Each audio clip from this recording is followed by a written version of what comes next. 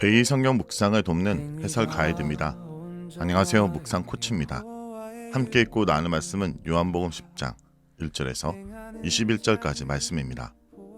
오늘 본문은 양치는 상황과 관련해 예수님의 정체성과 사역을 설명하는 것으로 주제가 전환됩니다.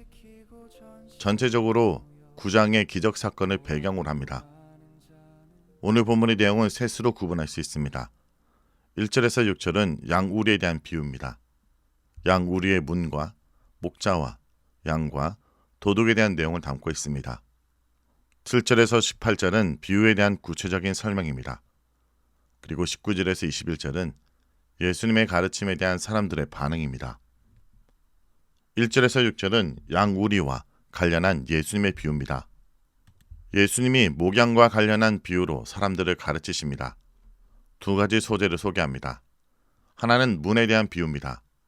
문을 통과하지 않고 다른 데로 넘어 양우리에 들어가는 자는 도둑, 강도이나 문으로 들어가는 자는 목자라고 합니다. 다른 하나는 참 목자에 대해서입니다. 문지기가 목자를 위해 문을 열면 양은 목자의 음성을 듣고 목자는 양들의 이름을 불러 밖으로 인도합니다. 목자가 자기 양을 다 꺼낸 후 양들 앞에서 가면 양들은 그의 음성을 알기에 따르지만 다른 이는 따르지 않고 피해 도망합니다. 당시의 목양 상황을 잘 반영한 비유지만 사람들은 이해하지 못했습니다. 이에 7절부터 비유 내용을 풀어 설명합니다. 목양에 대한 비유는 복음서에서 처음 등장하는 조금 생뚱맞은 주제처럼 보입니다. 양과 관련한 목자와 다른 이와의 대조에 유념해야 합니다.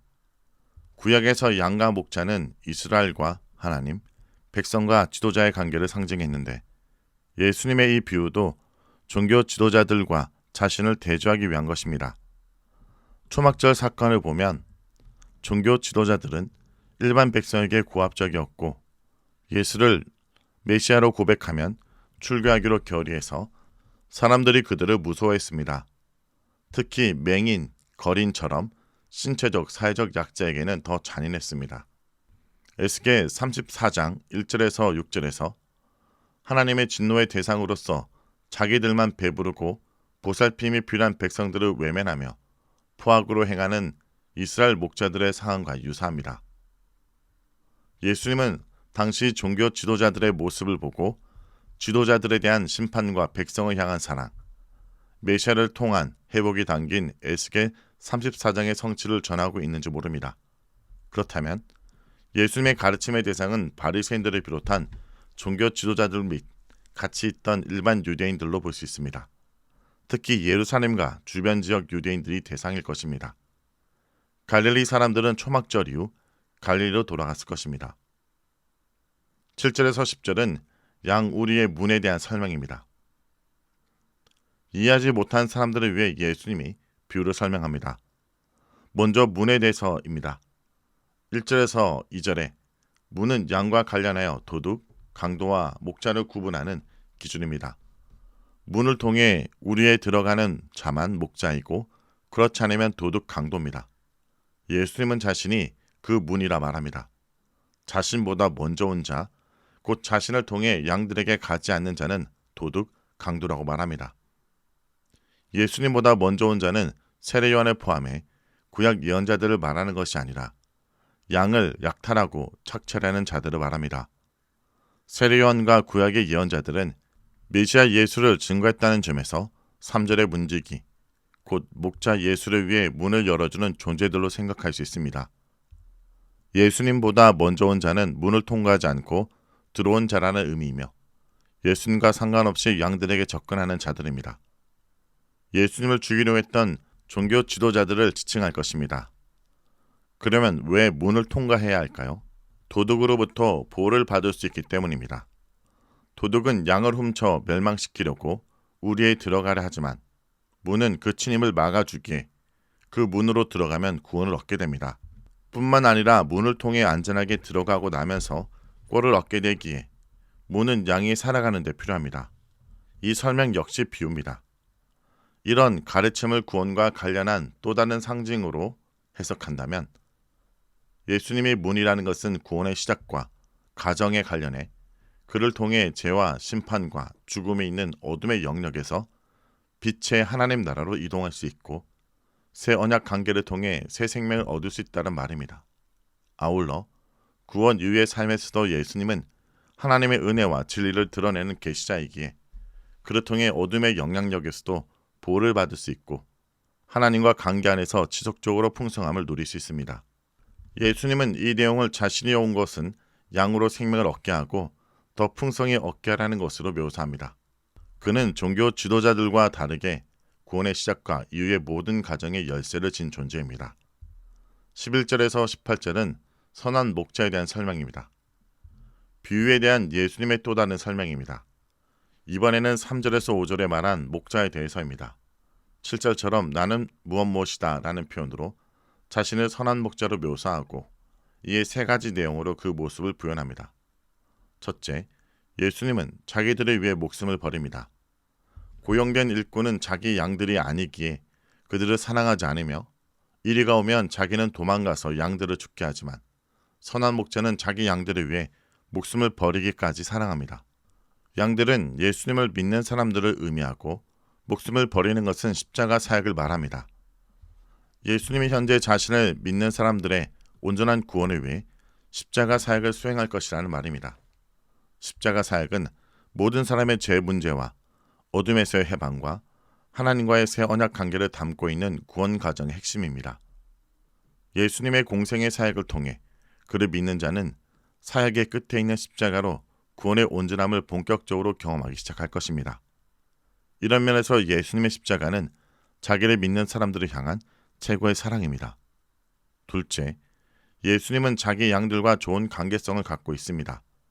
마치 하나님과 예수님이 서로를 아는 것처럼 선한 목자인 예수님은 자기 사람들을 알고 그들도 예수님을 압니다. 여기서 안다는 말은 관계성에 대한 것으로 친밀함이 담긴 교제나 사귐의 이코니아로 이해할 수 있습니다. 즉, 예수님은 자기를 믿는 사람들과 사귐이 있을 뿐 아니라 아버지 하나님과의 사귐도 누리게 하는 자라는 뜻입니다. 이 사귐은 현재 예수님을 믿는 자들에게만 한정되지 않습니다. 우리에 들지 않는 다른 양들도 이끌어 한 무리가 되어 한 목자에게 있게 한다고 말하는데 17장 기도의 내용에 의하면 이 다른 양들은 나중에 제자들을 통해 예수님을 믿게 될 것을 의미합니다. 그들 역시 예수님 안에 있는 양들로 예수님, 하나님과 귀한 사귐을 동일하게 누리게 될 것입니다. 셋째, 예수님은 부활할 것입니다. 예수님이 목숨을 버리는 것은 다시 얻기 위해서입니다. 그가 사람들에게 자신의 부활을 공개적으로 말한 것은 여기가 처음입니다. 약 1년 반쯤에 예루살렘 성전 대신 새 성전을 짓겠다고 한 부활의 암시가 지금 예루살렘에서 유대인들을 향해 공개적으로 천명된 것입니다. 예수님은 자신의 십자가와 부활 사역에 대해 두 가지를 첨가합니다. 하나는 하나님과의 관계성입니다. 예수님은 그 사역이 하나님이 자기를 사랑하기 때문이며 하나님께 받은 계명이라 말합니다. 십자가와 부활이 하나님의 구원 계획을 성취하는 과정이라는 말입니다. 또 다른 하나는 예수님의 자발성입니다. 그의 십자가 사역은 하나님의 주도권 아래 있지만 철저히 자발적 선택을 통한 순종입니다. 표면적으로 그의 죽음은 종교 지도자들이 잡아 죽인 결과이지만 사실은 예수님이 선택하고 그 길로 들어간 것입니다. 예수님의 이 고백은 이후 고난과 십자가 과정에서 주도권을 갖고 사건을 이끌어가므로 구체적으로 실현됩니다. 정리하면 예수님은 어둠에 속한 자들을 빛으로 인도하는 구원의 물이며 십자가 부활을 통해 현재 자기를 믿는 사람들과 이후 제자들을 통해 믿게 될 사람들에게 생명을 주고 하나님과 새 언약 관계를 통해 풍성한 삶을 주는 선한 목자이십니다. 19절에서 21절은 사람들의 반응입니다. 유대인들이 예수님의 말 때문에 다시 술렁이고 의견이 갈렸습니다. 어떤 이는 예수님이 귀신 들려 미쳤다 말하고 다른 이는 맹인의 눈을 뜨게 한 것을 보면 귀신 들릴 리가 없다라고 말합니다. 예수님의 사역이 구체화되면서 나타난 사람들의 양분된 반응입니다. 그러나 그들이 이런 논쟁과 믿음으로 문에 들어가 선한 목자의 관계를 실제로 경험하는 것은 다른 이야기입니다. 성도 여러분, 오늘 말씀처럼 예수님이 우리 삶에 선한 목자이심을 가슴에 품기 원합니다. 선한 목자신 주님은 지금도 우리를 부르십니다. 실패의 잿더미 속에 앉은 우리에게, 성공했으나 마음의 공함을 채울 길 없는 우리에게, 사람에게 상처받아 마음의 문을 굳게 닫아버린 우리에게 나와 함께 가자. 내가 너를 실만한 물가로 인도하리라 라고 말씀하십니다. 주님의 인도하심은 때론 우리가 이해할 수 없는 좁은 길로 이어질 수도 있습니다. 하지만 기억해야 합니다. 목자가 앞서 가신다면 그 길은 가장 안전한 길입니다. 이제 그 선한 목자의 음성에 귀를 기울이며 순종의 걸음을 걷는 여러분이 되길 간절히 기도합니다. 주님, 저희는 때로 사꾼과 같은 세상의 가치관에 마음이 빼앗겼습니다. 우리를 이용하려고 하고 우리 영혼을 갉아먹는 도덕의 음성을 성공의 소리로 착각하며 조차 같은 우리의 어리석음을 용서해 주옵소서. 이 시간 우리 영혼의 길을 열어 주시길 간절히 소원합니다. 수만 명의 군중 속에서도 정확히 나의 이름을 불러주시는 그 세밀하고도 깊은 주님의 음성을 오늘도 듣게 하여 주옵소서. 내가 너를 위해 목숨을 버렸노라 말씀하시는 십자가 사랑 앞에 우리의 완악한 마음이 녹아내리기 원합니다. 오늘도 내 삶을 주님께 내어드립니다. 이제는 내 삶의 주인이 되어 담을 너머로 애쓰지 않게 하시고 오직 양의 무대진 예수를 통해서만 출입하며 하늘의 꼴을 먹는 풍성함을 오늘도 누리게 하여 주옵소서. 예수의 이름으로 기도합니다. 아멘. 나를 아주 버리지 마옵소서. 청년이 무엇으로 그의 행실을 깨끗하게 하리까. 주의 말씀만 지킬 따름이니이다. 내가 전심으로 주를 찾았사오니 주의 계명에서 떠나지 말게 하소서. 내가 주께 범죄하지 아니하려 하여 주의 말씀을 내 맘에 두